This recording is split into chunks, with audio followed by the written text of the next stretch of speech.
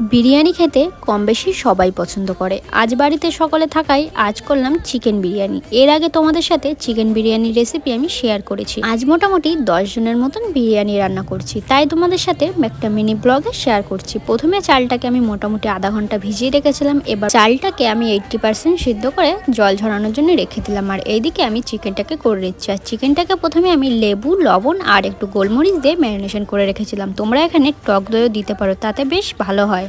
এখন আমার বিরিয়ানি কিন্তু রেডি। তোমাদের সাথে আর মিডিলে পরে কিছুই শেয়ার করতে পারিনি, কারণ আমার একটু রান্না করতে লেট হয়ে গিয়েছিল। দেখো, আর তোমরা নিজেরাই দেখে বলো তো বিরিয়ানিটা কেমন হয়েছে। দেখতে যতটা সুন্দর হয়েছে, খেতেও কিন্তু ততটাই সুন্দর হয়েছে। আর বললাম না, বাড়িতে আজকে সবাই মিলেছিলাম, তাই দেখো সবার জন্য প্লেটে প্লেটে বেড়ে নিয়েছি আর সবাইকে দিয়েও দিয়েছি। বিরিয়ানিটা খাওয়ার পরে সবাই কিন্তু ভালো কমেন্ট করেছে। আর তোমরাও আমাকে জানিও কারা কারা বিরিয়ানি খেতে পছন্দ করো। এখন আমি বিরিয়ানিটা খেতে থাকি। আর এরপর তোমরা কি ভিডিও দেখতে চাও অবশ্যই কিন্তু আমাকে কমেন্টে জানিও।